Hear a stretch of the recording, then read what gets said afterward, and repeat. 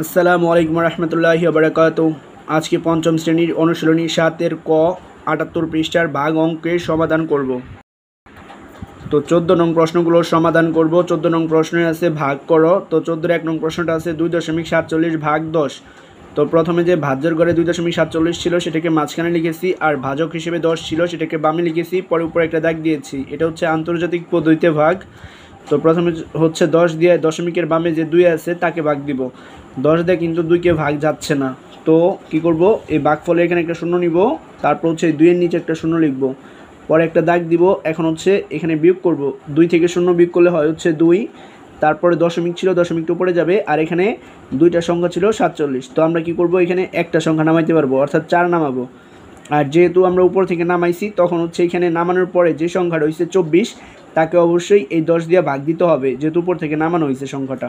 তো 10 দুগুণে 20, 3 10-এ 30, 30 লিখতে পারবো না, কারণ হচ্ছে এখানে ছিল 24, হয় 24 হবে, না হয় 24-এর কম হবে। তো যেহেতু 10-এর ঘরে নামতে বললে 24 হওয়ার চান্স নাই, তো 24-এর কম নিব। 10 দুগুণে 20, তো এখানে লিখবো হচ্ছে 20, ভাগফলে লিখেছি 2, আর এখানে লিখেছি 20। এখন বিয়োগ করব, 4 থেকে 0 বিয়োগ করলে হয় 4, 2 থেকে 2 বিয়োগ করলে 0, এখানে 0 লেখার কোনো প্রয়োজন নাই, পাশে যে 7 ছিল সেই 7টাকে নামাই দিব। এখন হচ্ছে 10 দিয়ে 47-কে ভাগ দিব, যেহেতু উপর থেকে 7টা নামাইছিলাম। তো 4 10-এ 40, 5 10-এ 50, 50 কিন্তু লিখতে পারবো না, কারণ এখানে ছিল 47। তো লিখবো হচ্ছে 4 10-এ 40, ভাগফলে 4 লিখেছি, আর এখানে লিখবো 40, তারপর একটা দাগ দিব। এখন হচ্ছে এখানে বিয়োগ করব, 7 থেকে 0 বিয়োগ করলে 7, 4 থেকে 4 বিয়োগ করলে 0 লেখা লাগবে না। এখন হচ্ছে যেহেতু দশমিকের ভাগ করতেছি, দশমিকের ভাগে কখনো ভাগশেষ থাকে না, এখানে কিন্তু ভাগশেষ 7 আছে।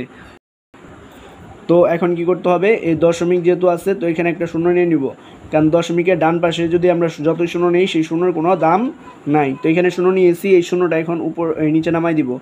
যেহেতু শূন্যটা নামাইছি, তাহলে এখন হয়ে গেছে 70। এখন কিন্তু অবশ্যই ভাগ দিব, 7 10-এ 70।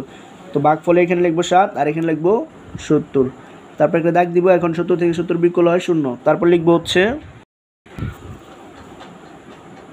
সুতরাং ভাগফল পেয়েছি 0.247। তো এখানে লিখবো 0.247। তো এটাই হচ্ছে 14-এর 1 নং প্রশ্নটির সমাধান। এখন হচ্ছে 2 নং প্রশ্নটির সমাধান করব। এখানে আছে 3 ভাগ 10, অর্থাৎ 3কে 10 দিয়ে ভাগ দেব।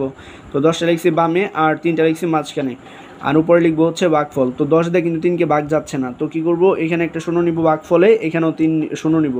এখন 3 থেকে 0 বিয়োগ করলে 3 হয়। এখন এই যে 3টা পেয়েছি, এটা কিন্তু বিয়োগ করে পাইছি।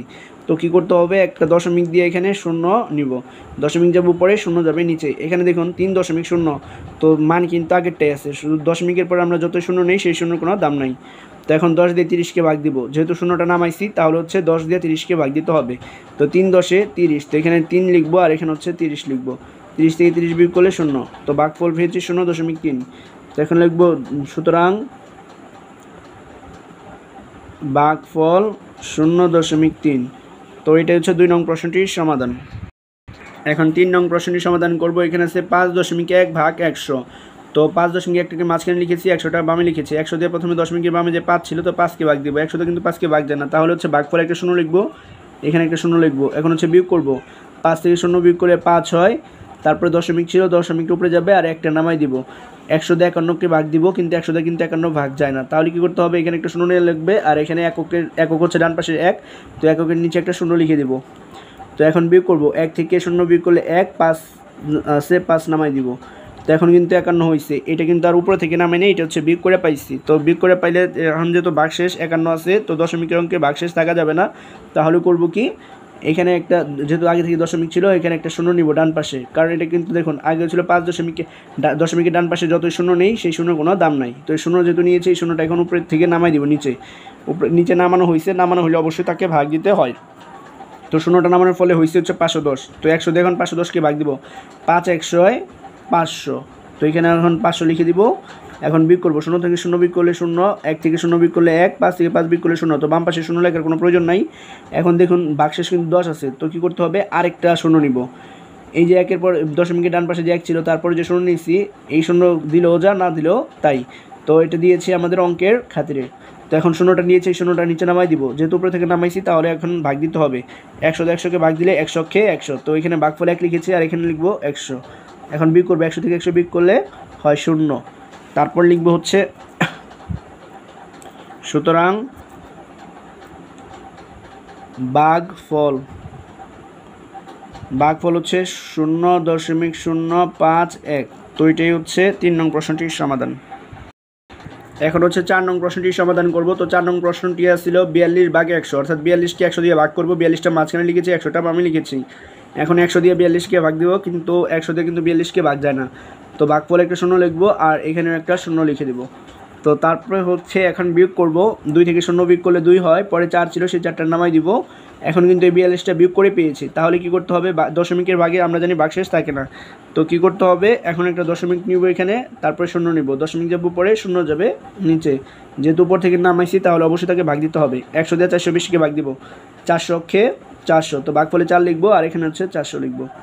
এখন বিয়োগ করব, 0 থেকে 0 বিয়োগ করলে 0, 2 থেকে 0 বিয়োগ করলে 2, 4 থেকে 4 বিয়োগ করলে 0। বাম পাশে 0 লেখার কোনো প্রয়োজন নাই।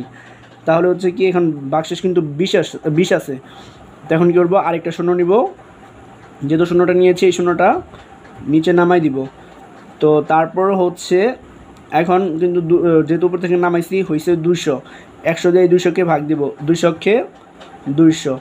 তো এখানে লিখে দেবো 200। ভাগফলে 2 লিখেছি আর এখানে হচ্ছে 200 লিখেছি। তারপর হচ্ছে 200 থেকে 200 বিয়োগ করলে 0 হয়। তো ভাগফল কিন্তু পাইছি 0.42। তো এখন লিখবো হচ্ছে সুতরাং ভাগফল 0.42। তো এটা হচ্ছে 4 নং প্রশ্নটির সমাধান।